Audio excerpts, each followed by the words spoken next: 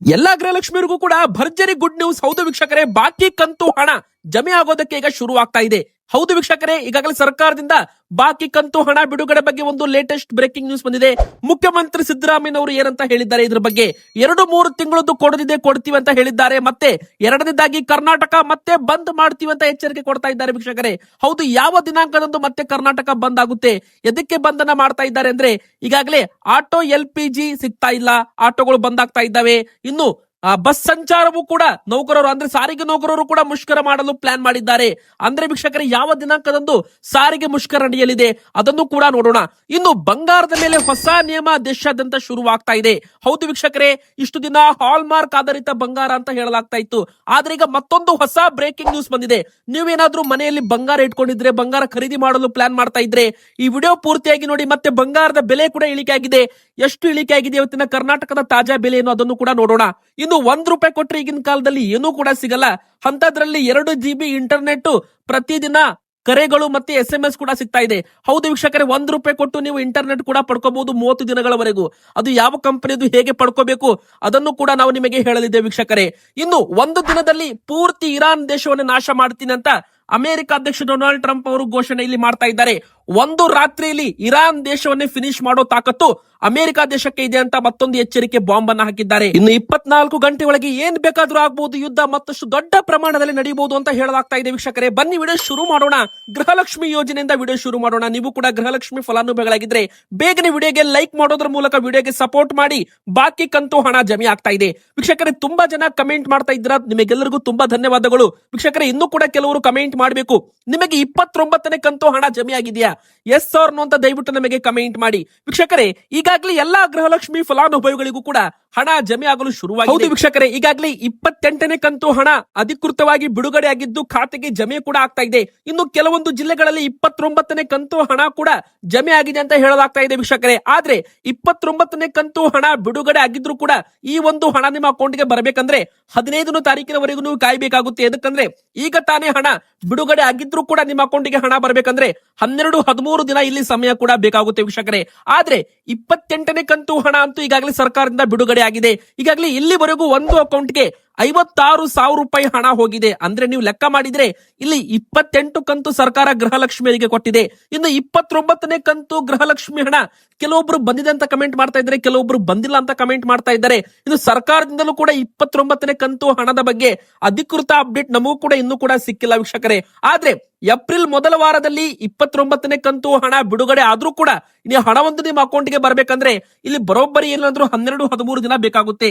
ಇನ್ನು ವೀಕ್ಷಕರೇ, ಮುಖ್ಯವಾಗಿ ಹೇಳ್ಬೇಕಂದ್ರೆ ನಿಮ್ಮ ಬ್ಯಾಂಕ್ ಅಕೌಂಟ್ಗೆ NPCI ಮ್ಯಾಪಿಂಗ್ ಆಗಿರ್ಬೇಕು. ಅಂದ್ರೆ ವೀಕ್ಷಕರೇ, national payment corporation of India ಈ ಒಂದು NPCI ಅನ್ನ ಮೇಂಟೈನ್ ಮಾಡ್ತಾರೆ.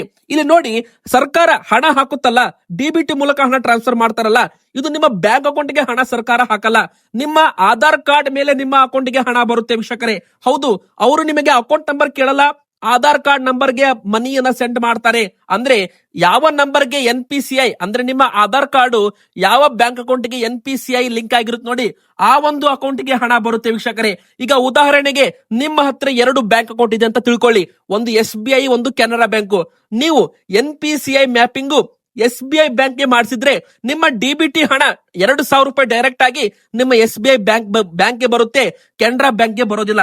ಕೆಲವೊಬ್ರು 2-3 ಬ್ಯಾಂಕ್ ಅಕೌಂಟ್ ಹೊಂದಿರ್ತಾರೆ ಒಂದೇ ಆಧಾರ್ ಕಾರ್ಡ್ ಇಂದ. ಹೀಗಾಗಿ ಅಂತವರು NPCI ಮ್ಯಾಪಿಂಗ್ ಯಾವ್ದು ಬ್ಯಾಂಕ್ಗೆ ಮಾಡಿಸ್ತಾರೆ ನೋಡಿ, ಆ ಬ್ಯಾಂಕ್ಗೆ DBT ಮೂಲಕ ಹಣ ಬರುತ್ತೆ. ಒಂದು ವೇಳೆ ನೀವು ಬ್ಯಾಂಕ್ ಅಕೌಂಟ್ಗೆ ಮ್ಯಾಪಿಂಗ್ ಮಾಡಿಸಿಲ್ಲ ಅಂದ್ರೆ ನಿಮ್ಮ ಹಣ ಪೆಂಡಿಂಗ್ ಅಥವಾ ಫೇಲ್ ಆಗುತ್ತೆ, ಅಕೌಂಟ್ಗೆ ಹಣ ಬರೋದಿಲ್ಲ ಅಂತಾನೆ ಹೇಳ್ಬೋದು. ಹೀಗಾಗಿ ನೀವು ಬ್ಯಾಂಕ್ಗೆ ಭೇಟಿ ಕೊಟ್ಟು ಆಧಾರ್ ಸೀಡಿಂಗ್ ಅಥವಾ ನಿಮ್ಮ NPCI ಮ್ಯಾಪಿಂಗ್ ಅನ್ನ ಮಾಡಿಸಿದ್ರೆ, ಅಥವಾ ನೀವು ಬ್ಯಾಂಕ್ ನಲ್ಲಿ ಹೋಗಿ ಇದನ್ನ ಚೆಕ್ ಮಾಡಿಸಬಹುದು ನಿಮ್ಮ ಬ್ಯಾಂಕ್ ಅಕೌಂಟ್ಗೆ NPCI ಮ್ಯಾಪಿಂಗ್ ಆಗಿದೆಯೋ ಇಲ್ವೋ ಅಂತ. ಹೀಗಾಗಿ ವೀಕ್ಷಕರೇ, ನಿಮ್ಮ ಅಕೌಂಟ್ಗೂ ಕೂಡ ಇನ್ನು ಕೆಲವೇ ದಿನಗಳಲ್ಲಿ ಹಣ ಕೂಡ ಬರೋದಕ್ಕೆ ಜಮೆ ಆಗೋದಕ್ಕೆ ಶುರು ಆಗುತ್ತೆ ಅಂತಾನೆ ಹೇಳ್ಬೋದು. ಈಗ ಬನ್ನಿ, ಎರಡನೇ ದೊಡ್ಡ ಬ್ರೇಕಿಂಗ್ ನ್ಯೂಸ್. ಮತ್ತೆ ಕರ್ನಾಟಕ ಬಂದ್ ಎಚ್ಚರಿಕೆಯನ್ನ ಕೊಡಲಾಗಿದೆ. ಹೌದು ವೀಕ್ಷಕರೇ, ಈಗಾಗಲೇ ಮಧ್ಯಪ್ರಾಚ್ಯದ ಯುದ್ಧದಿಂದಾಗಿ ಕರ್ನಾಟಕ ಸೇರಿದಂತೆ ಭಾರತ ದೇಶಾದ್ಯಂತ ಕಚ್ಚಾ ತೈಲ ಸಮಸ್ಯೆ ಆಗಿರ್ಬೋದು, ಅಡುಗೆ ಅನಿಲ ಸಮಸ್ಯೆ ಆಗಿರ್ಬೋದು, ಈಗ ಆಟೋ ರಿಕ್ಷಾ ಚಾಲಕರಿಗೆ ಆಟೋ LPG ಕೂಡ ಸಿಗ್ತಾ ಇಲ್ಲ.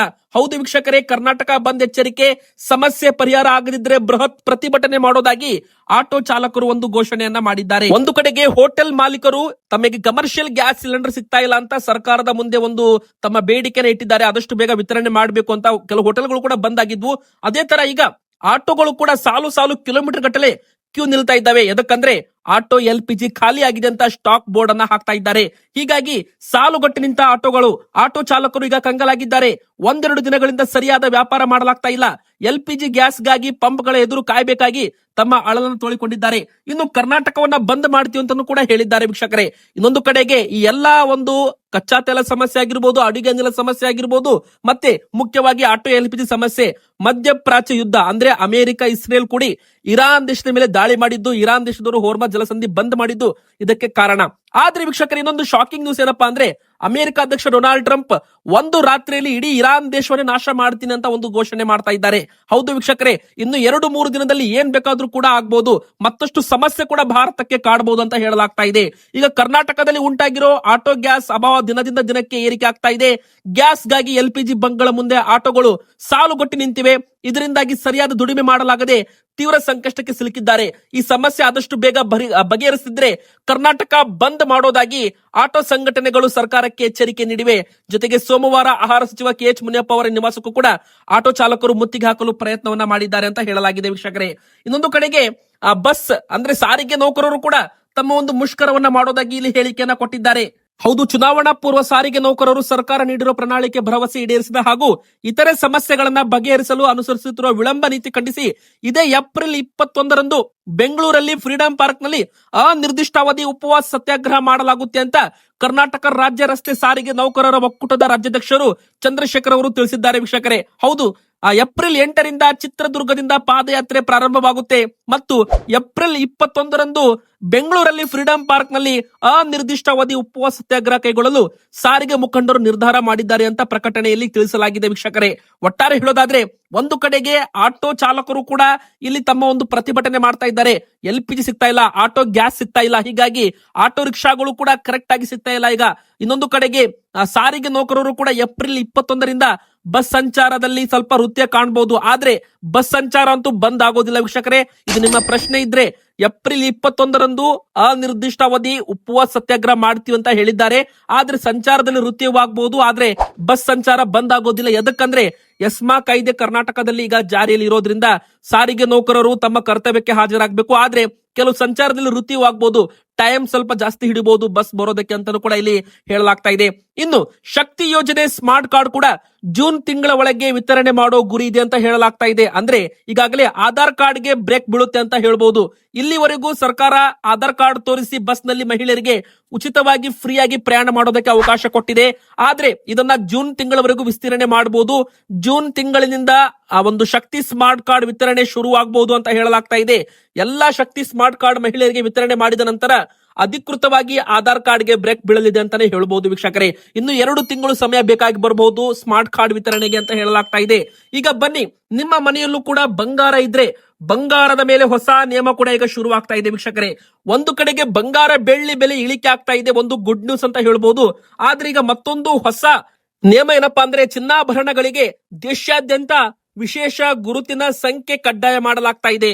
ಅಂದ್ರೆ ವೀಕ್ಷಕರೇ, BIS ನಿಂದ ಚಿನ್ನದ ಪರಿಶುದ್ಧತೆ, ಹಾಲ್ಮಾರ್ಕ್ ಪರಿಶೀಲನೆ, BIS ಮೊಬೈಲ್ ಆಪ್ ಬಳಸಿಕೊಂಡು ಗ್ರಾಹಕರಿಗೆ ಕೋಡ್ ತಿಳಿಯಲು ಅವಕಾಶ ಮಾಡಿಕೊಡಲಾಗುತ್ತೆ. ಅಂದ್ರೆ ಗ್ರಾಹಕರ ಸಂರಕ್ಷಣೆ ಪ್ರಮುಖ ಕ್ರಮವಾಗಿ ಶೀಘ್ರದಲ್ಲೇ ಭಾರತ ದೇಶಾದ್ಯಂತ ಭಾರತ ಸರ್ಕಾರ ಚಿನ್ನಾಭರಣಗಳಲ್ಲಿ ವಿಶಿಷ್ಟ ಗುರುತಿನ ಸಂಖ್ಯೆ ನಮೂದಿಸೋದನ್ನ ಕಡ್ಡಾಯ ಮಾಡಲಿದೆ ಅಂತ ವರದಿಗಳು ಹೇಳಿವೆ. ಅಂದ್ರೆ HUID ಕೋಡ್ ಅಂತ ಬರುತ್ತೆ, ಐಡೆಂಟಿಫಿಕೇಶನ್ ಮಾರ್ಕ್ ಅಂತ ಬರುತ್ತೆ. HUID ಇದು 6 ಸಂಖ್ಯೆ ಒಂದು ಕೋಡ್ ಇರುತ್ತೆ ವೀಕ್ಷಕರೇ. ಈಗ ನೋಡಿ, BIS ಹಾಲ್ಮಾರ್ಕ್ ಟ್ರಯಾಂಗಲ್ ಬರುತ್ತಲ್ಲ, ಅದು ಬೇರೆ. ಹಾಲ್ಮಾರ್ಕ್ ಇದ್ದ ಬಂಗಾರ ತಗೋಬೇಕು, ನಂತರ ಹಾಲ್ಮಾರ್ಕ್ ಪಕ್ಕದಲ್ಲಿ HUID ಕೋಡ್ ಕೂಡ ಇರಬೇಕು. ಆ ಒಂದು HUID ಕೋಡ್ ಅನ್ನ ನೀವು ಆಪ್ ನಲ್ಲಿ BIS ಕೇರ್ ಆಪ್ ನಲ್ಲಿ ಹಾಕಿದ್ದಾದಲ್ಲಿ ಆ ಒಂದು ಬಂಗಾರ ನಿಮಗೆ ಎಲ್ಲಿಂದ ಬಂದಿದೆ, ಆ ಬಂಗಾರದ ಎಷ್ಟು ಗ್ರಾಮ್ ಇದೆ, ಪ್ರತಿಯೊಂದು ಕೂಡ ನೀವು BIS ಕೇರ್ ಆಪ್ ನಲ್ಲಿ ತಿಳ್ಕೋಬಹುದು ವೀಕ್ಷಕರೇ. ಇದರಿಂದ ಗ್ರಾಹಕರಿಗೆ ಮೋಸ ಆಗೋದಿಲ್ಲ ಬಂಗಾರ ಖರೀದಿ ಮಾಡುವಾಗ. ಹೀಗಾಗಿ ಈ ಒಂದು ನಿಯಮ ಈಗ 380 ಜಿಲ್ಲೆಗಳಲ್ಲಿ ಮಾತ್ರ ಇತ್ತು, ಈಗ ಮತ್ತೆ 7 ಜಿಲ್ಲೆಗಳನ್ನ ಸೇರ್ಪಡೆ ಮಾಡಿದ್ದಾರೆ. ಇನ್ನು ಮುಂದೆ ದೇಶಾದ್ಯಂತ ಈ HUID ಕೋಡ್ ಅನ್ನ ಅಂದ್ರೆ ಯುನೀಕ್ ಐಡೆಂಟಿಫಿಕೇಶನ್ ನಂಬರ್ ಅನ್ನ ಹಾಕೋದಕ್ಕೆ ಸರ್ಕಾರ ಕಡ್ಡಾಯ ಮಾಡಲಿದೆ ಅಂತಾನೂ ಕೂಡ ಇಲ್ಲಿ ಹೇಳ್ಬಹುದು. ಶೀಘ್ರವೇ ಎಲ್ಲಾ ಜಿಲ್ಲೆಗಳಲ್ಲೂ ಕೂಡ ವಿಶಿಷ್ಟ ಹಾಲ್ಮಾರ್ಕ್ ಅನ್ನ ಆರಂಭ ಮಾಡುತ್ತೆ. ಇನ್ನು ಯುನೀಕ್ ಐಡೆಂಟಿಫಿಕೇಶನ್ HUID ಕೋಡ್ ಅನ್ನ ಇದು ಹೊಂದಿರಲಿದೆ ಅಂತಾನೂ ಕೂಡ ಇಲ್ಲಿ ಹೇಳ್ಬಹುದು ವೀಕ್ಷಕರೇ. ನಿಯಮಗಳ ಪ್ರಕಾರ ಪ್ರತಿಯೊಂದು ಚಿನ್ನದ ಆಭರಣವು 6 ಅಂಕಿಗಳ HUID ಕೋಡ್ ಅನ್ನ ಹೊಂದಿರಬೇಕಾಗುತ್ತೆ. ಇದರ ಅರ್ಥ ಪ್ರತಿಯೊಂದು ವಸ್ತು ತನ್ನದೇ ಆದ ಶಾಶ್ವತ ಗುರುತು ಹೊಂದಲಿದೆ ಅಂತಾನು ಕೂಡ ಇಲ್ಲಿ ಹೇಳ್ಬಹುದು. ಇನ್ನು ವೀಕ್ಷಕರೇ ಬನ್ನಿ, ₹1 ಈಗಿನ ಕಾಲದಲ್ಲಿ ಏನೂ ಕೂಡ ಬರಲ್ಲ ವೀಕ್ಷಕರೇ. ಆದ್ರೆ ₹1 ಕೊಟ್ರೆ 60 GB ಇಂಟರ್ನೆಟ್, ಅನ್ಲಿಮಿಟೆಡ್ ಕರೆ ಮತ್ತೆ 200 SMS ಕೂಡ ನಿಮಗೆ ಸಿಗಲಿದೆ ವೀಕ್ಷಕರೇ. ಅಂದ್ರೆ ಈಗ BSNL ಕಂಪನಿಯವರು ತಮ್ಮ ಆಫರ್ ಅನ್ನ ಮತ್ತೆ ರೀಲಾಂಚ್ ಅನ್ನ ಮಾಡಿದ್ದಾರೆ. ಭಾರತ ಸಂಚಾರ ನಿಗಮ್ ಲಿಮಿಟೆಡ್ BSNL 1 ತಿಂಗಳ ಮಾನ್ಯತೆಯೊಂದಿಗೆ ಕೇವಲ ₹1 ಕೊಟ್ರೆ ಫ್ರೀಡಮ್ ಯೋಜನೆಯನ್ನ ಬಿಡುಗಡೆ ಮಾಡಿದೆ ವೀಕ್ಷಕರೇ. ಇದರಲ್ಲಿ ನೀವು ಪ್ರತಿದಿನ 2 GB ಇಂಟರ್ನೆಟ್ ಅನ್ನ ಬಳಸಬಹುದು, 100 SMS ಪ್ರತಿದಿನ ಬಳಸಬಹುದು, 30 ದಿನಗಳವರೆಗೂ ಅನ್ಲಿಮಿಟೆಡ್ ಕರೆ ಅಂತಾನು ಕೂಡ ಹೇಳಲಾಗಿದೆ. ಆದ್ರೆ ಇದು ಹೊಸದಾಗಿ ನೀವು BSNL ಸಿಮ್ ತಗೋತೀರಾ ಅಂದ್ರೆ ಮಾತ್ರ. ನೋಡಿ ವೀಕ್ಷಕರೇ, ಈಗ ನೀವು Airtel sim, Jio sim, Vodafone idea ಬಳಸ್ತಾ ಇದ್ರೆ ನಿಮ್ಮ ಹತ್ರ BSNL ಸಿಮ್ ಇಲ್ಲ ಅಂದ್ರೆ ನೀವು ಕಂಪನಿ ಅಂದ್ರೆ BSNL ಶಾಪ್ಗೆ ಹೋಗಿ ಒಂದು ಸಿಮ್ ಅನ್ನ ತಗೋಬಹುದು. ಕೇವಲ ಸಿಮ್ ತಗೊಳ್ಳೋಕು ಕೂಡ ಯಾವ್ದು ಕೂಡ ಹಣ ನೀವು ಕೊಡೋದಿರಲ್ಲ, ರೀಚಾರ್ಜ್ ಕೂಡ ಹಣ ಕೊಡೋದ್ ಬೇಡ. ಕೇವಲ ₹1 ಕೊಟ್ರೆ ಸಾಕು.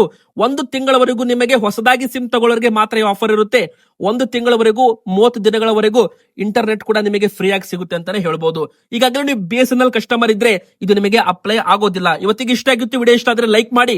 ನೀವು ಯಾವ ಸಿಮ್ ಬಳಕೆ ಮಾಡ್ತೀರಾ ಬೇಗನೆ ನಿಮ್ಮ ಒಂದು ಹೆಸರು ಕಮೆಂಟ್ ಮಾಡಿ, ಹಾಗೆ ವಿಡಿಯೋಗೆ ಲೈಕ್ ಮಾಡಿ.